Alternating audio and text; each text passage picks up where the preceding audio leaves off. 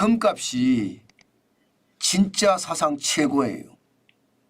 천정이 어디냐 이렇게 물으면 어느 누구도 금값이 천정이 어디다 말하기 어려울 정도로 올라가고 또 올라가고 있습니다. 그만큼 금값이 폭등하고 있다는 이야기입니다. 실질적으로 돌반지 하나 한 돈이잖아요. 3.75g의 가격이 여러분 굉장히 비쌉니다. 47만 6천 원이나 합니다. 47만 6천 원. 금 한 돈 돌반지 하나가요. 야, 이게 옛날에 뭐 오래된 옛날 이야기이긴 하지만 8만 원, 9만 원, 10만 원, 20만 원 할 때도 이게 비쌌다 이렇게 생각을 했는데 이제는 돌반지 하나에 47만 6천 원이요. 진짜 비싸죠. 아마 손자, 손녀들 돌반지 한다 그러면 할아버지, 할머니 아무래도 부담이 될 것 같아요. 가격이 워낙 높아졌으니까 말입니다. 장난 아니잖아요. 47만 6천 원이 됐으니까요. 이게 여러분 돌팔찌로 가면 더 심각합니다. 돌팔찌로 가면 두 돈이잖아요. 7.5g 94만 원입니다. 94만 원. 돌반지는 47만 6천 원이지만 돌팔찌는 94만 원. 100만 원이 들어간다는 거예요. 100만 원. 야, 진짜 돈 가치가 없는 거예요? 아니면 금값이 오른 걸까요? 핵심은 돈 가치도 없어졌고 금값도 올랐다. 이렇게 이야기할 수 있을 것 같습니다. 금이 올라가는 걸 보면 진짜 어마무시하죠. 어마무시합니다. 이게 여러분 국내 금값을 보면 말입니다. 지금 금값은 최고가에 41만 천 원, 40만 원이 넘었다는 이야기거든요. 살 때 2023년 1월 3일만 하더라도 32만 2,500원이었는데 지금은 41만 천 원. 그냥 천정에 천정에서 놀고 있습니다. 아마 앞으로 더 올라갈 거라고 이야기합니다. 팔 때도 마찬가지입니다. 팔 때도 36만 5천 원. 이게 올라가는 속도가 28만 8천 원에서 36만 5천 원이 됐으니까 금값이 그야말로 고공행진을 한다. 이렇게 이야기해도 들리지 않습니다. 참 금값이 엄청나게 올라갑니다. 한 돈에 40만 천 원. 돌반지는요. 돌반지는 47만 6천 원. 두 돈의 돌팔찌는 94만 원. 이 정도면 금값을 말하면 입이 딱딱 벌어질 겁니다. 그만큼 말입니다. 금값이 장난 아니라는 겁니다. 국제금값도 마찬가지입니다. 와, 국제금값 보세요, 여러분. 3월 29일 현재입니다. 트로이 온스당 2254.8달러입니다. 와, 진짜 엄청나게 올라가죠. 이게 2500이 된다 이 말이 이제는 그냥 쉽게 갈 수 있겠구나 이런 생각이 들 정도입니다. 지금 2023년 5월 4일에 2055.7달러까지 올라갔었거든요. 이게 2055.7달러면 야, 이거 굉장히 올라갔구나. 특히 2020년 코로나19의 위기 때 8월 6일 날 2069.4달러까지 올라갔을 때 금값이 저게 뭐야? 하고 깜짝깜짝 놀랐었는데 지금은요. 거기에서도 말입니다. 200달러 가량이 더 올랐습니다. 2254.8달러. 야, 올라가는 게 여러분 이만저만이 아니죠. 이렇게까지 많이 올라가는 것 아마 제가 여러분들에게 말씀을 드렸습니다. 오일 쇼크 때 금값이 어떻게 올랐는지 노란색으로 보이시죠? 글로벌 금융위기 때 금값이 얼마나 올랐는지 그리고 코로나19의 위기 때 금값이 어떻게 올랐는지 그리고 그 이후에 말입니다. 가장 많이 떨어졌을 때가 2022년 9월 26일에 1633.4달러까지 떨어졌을 때를 생각을 하면 지금 거의 말입니다. 1년 한 5개월 6개월 만에 엄청나게 올랐습니다. 엄청나게. 트로이 온스당 1633.4달러가 2254.8달러가 됐으니까 금값이 참 장난 아니게 오른다. 그렇게 이야기할 수가 있을 겁니다. 아마 제가 이 지표를 가지고 분석해 주면서 많은 분들이 금을 사셨거든요. 금을 사신 분들은 지금 적어도 말입니다. 꽤 많이 벌었을 겁니다. 제일 중요한 것은 제가 금을 살 때 제일 중요한 것은 이게 정유에 대한 문제를 해결하려면 금을 사는 게 좋다. 그 말씀을 제가 드렸는데 현실이 되어버렸습니다. 네, 금괴를 사신 분들은 돈을 꽤 많이 수익률을 냈을 것으로 그렇게 보입니다. 물론 수수료 문제라든가 또 배당 소득세의 문제라든가 이런 여러 가지 소득세에 대한 문제라든가 그런 게 있기는 하지만 어쨌든 지금 금값이 최고가로 올랐고요. 또 여러분들은 많이 사셨을 겁니다. 자, 그러면 왜 이렇게 올랐을까? 보시면 전 세계 중앙은행들이 금을 사들이고 있습니다. 특히 중국이 사들이는 걸 보면 무섭습니다. 트리키에는요, 1년 동안 12톤을 사들였고요. 인도도 9톤을 사들였지만 중국은 225톤을 사들였습니다. 그야말로 중국으로 금이 쏟아져 들어간다고 봐야 되겠죠. 쏟아져 들어간다고.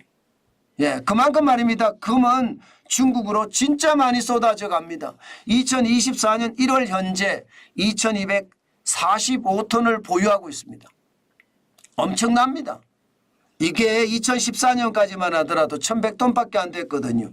2008년으로 가면 547톤이었습니다. 그러던 것이 말입니다.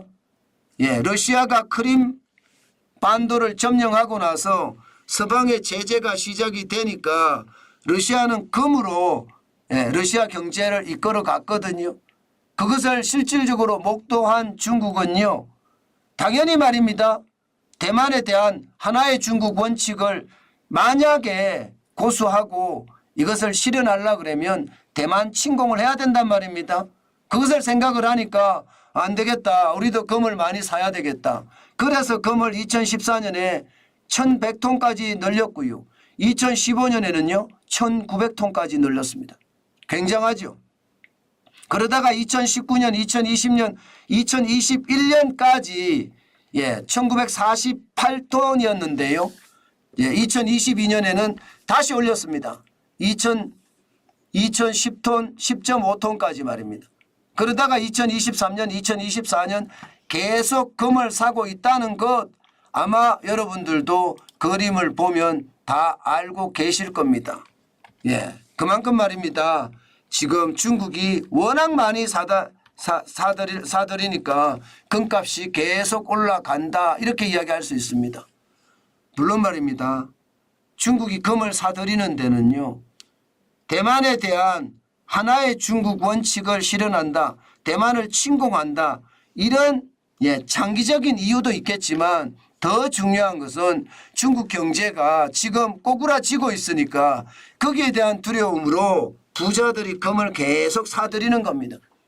그럴 수밖에 없을 거예요.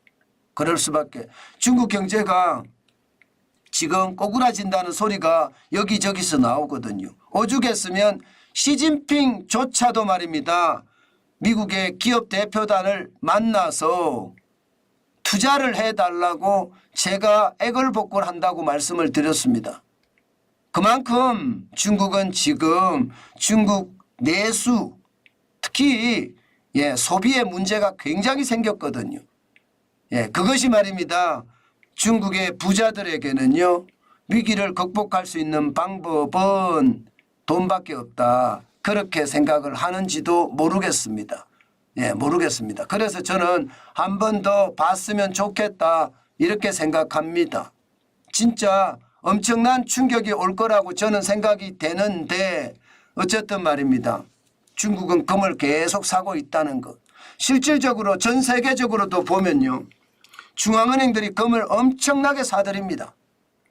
세계 중앙은행이 금을 매입하는 정도를 나타낸 그래프인데요. 보시는 것처럼 2022년에 엄청나죠? 엄청납니다.